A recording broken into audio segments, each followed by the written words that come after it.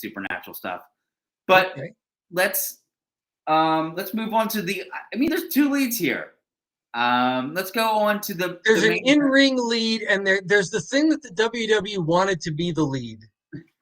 Yes. And there's the thing that in-ring looked like it was not only the lead of the show, but I saw what could be some storylines developing from it.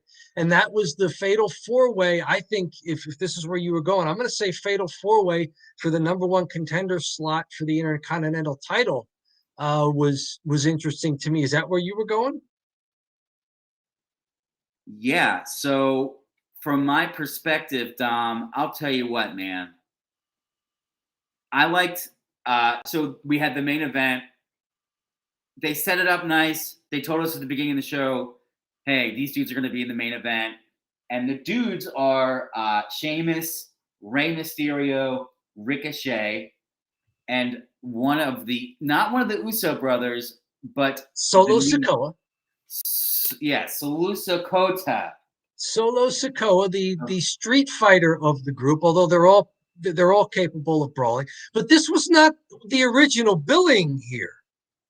No, your boy got there was some ridiculous thing in the beginning with a car accident, and there were kind of two ridiculous things here that kind of worked out. Like let's set up what happened here first. And it was supposed to be Karrion Kross. I'm finally getting his name right. I've tried to call him Cade Cole and Cole Cross and Cade Cross and Killer Cross, which is what his name was in other promotions. I mean, in July he was Killer Cross in Ric Flair's final match pay-per-view.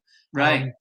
But this is 3 weeks now. I've seen him in vignettes. I've seen him doing sneak attacks. And tonight I saw him in apparently a car accident and then getting jumped by Drew McIntyre. I still haven't seen the guy in a wrestling match.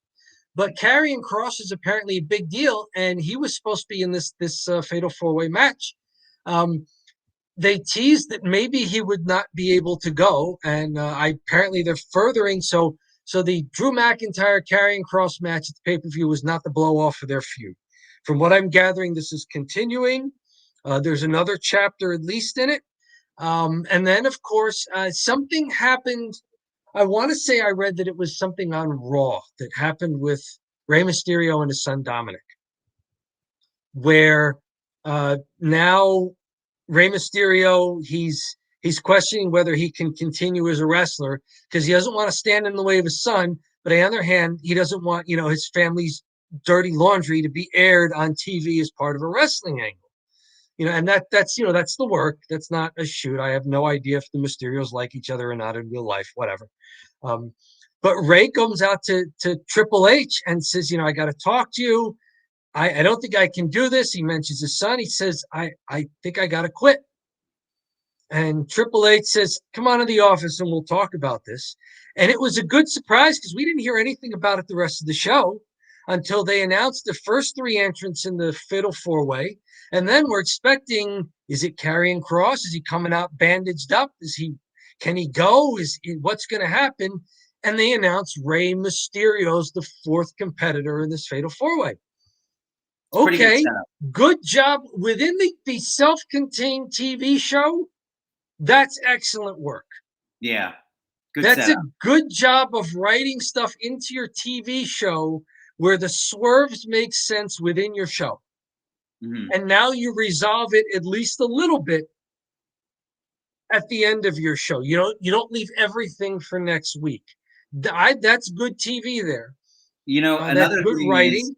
I like that he got into the match. And let's talk about the match. I mean, what happens in this match, and what did you like about it? What's the big spot from this match for you? Yeah, so I thought the match was okay. It was pretty good. Fatal 4-Ways, and we were talking about it during the match. They're a mess. They're tough. They're tough because Fatal 4-Ways are tough. You have to you can only really have 2 guys going at once. So they'd have some sort of action where 2 guys get thrown out and then 2 are in the ring. And 2 guys are laying around, waiting around to kind of, you've got your 2 guys in the ring and then you have 2 guys laying around and then they ring around the rosy a little bit, in and out. Um, I wish they kind of like when they do the fatal four-way matches would do a little bit more like triple team moves or quadruple team moves because you might as well get your money's worth while you can and do some of this stuff where you wouldn't normally see these moves. Like they did a pretty good job with it, but they do this a lot where You tried one. Are you the going double where I think you're going? what's that? The double Uh, team superplex? yeah, they tried some of this. So you're talking about you wish that you'd see more double teams or triple teams. They Yeah. tried.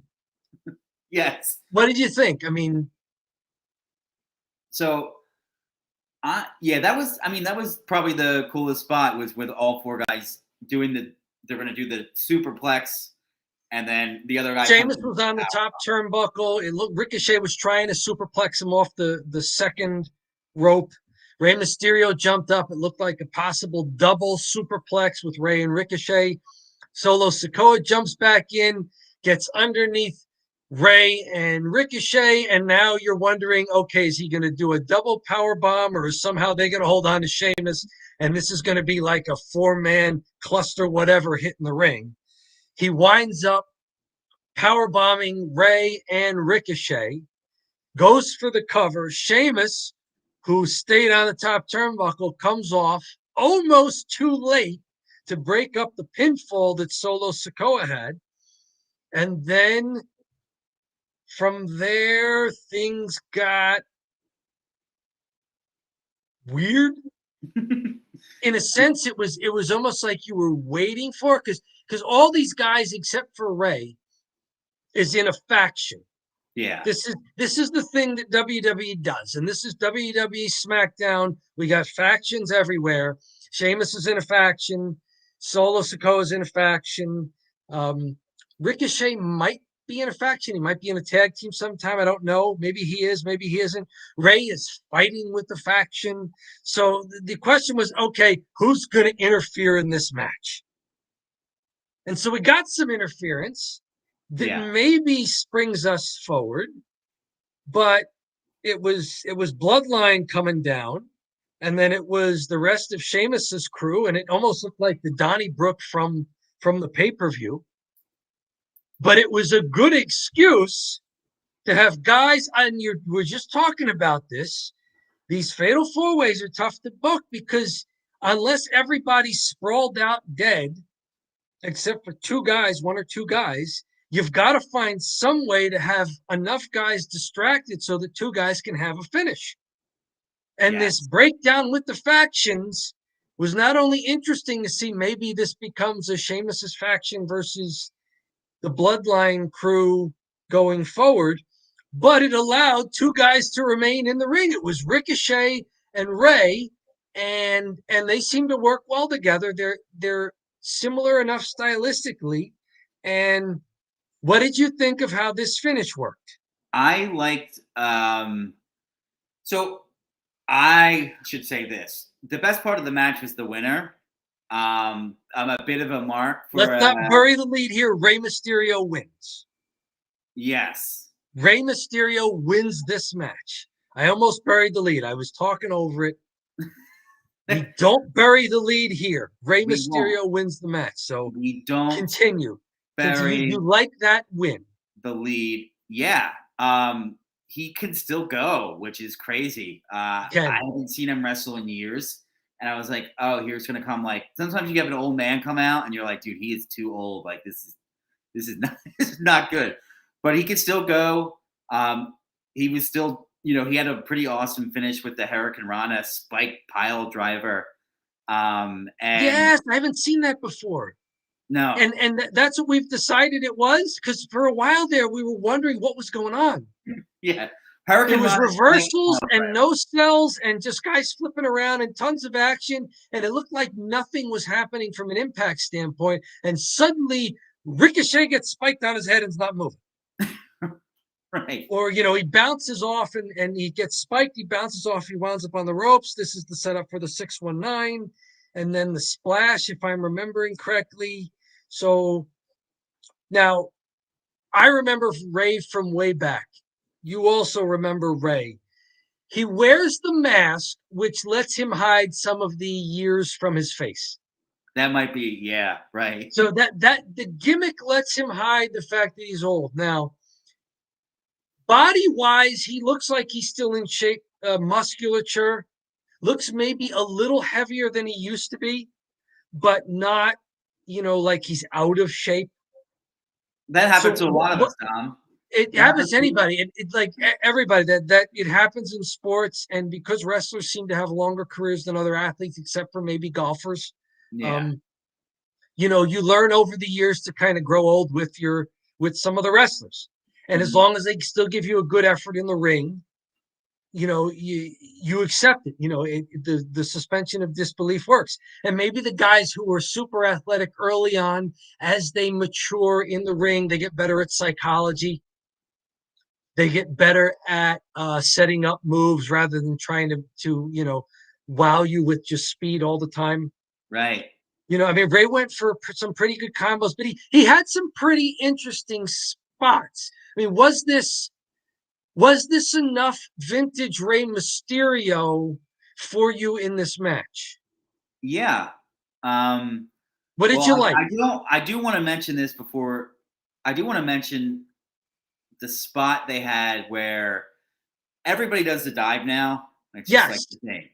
yes, And we yes. saw Rey Mysterio do a baseball slide, but head first slide instead of like, you know, foot first. And he did a face first and then right, just kind of his body went right onto, I think it was Solo or somebody. I Yeah, forget brawl who on it the outside. Solo Sikoa is flat on his back on the padding outside the ring, was. but Mhm. he's kind of parallel to the ring apron there. And like you're saying, Rey Mysterio goes head first slide under the bottom rope and just yet slides out, and it becomes a perfect splash onto the opponent on the floor there. I It made haven't it, seen that before, and that's a good variation on the dive to the outside because sometimes there's too much diving, and the dive to the sometimes outside there's too is much almost the, diving. I'm going to There use is the F all, word. I'm going to use the F word. It's uh, it's sometimes the fakest thing that they do. yeah. Oh, We saw Dom, that in this no, match. this Who is was it that went to the dive on the outside and wound up hitting two of the guys and they went down okay? But like Solo Sikoa's off to the side, standing up. He didn't get touched at all and he just went down. we're And I gonna get guess this, Dom. We're gonna get flagged on YouTube for you cursing and saying the F word I, because that is a dirty word, my friend. But you're right.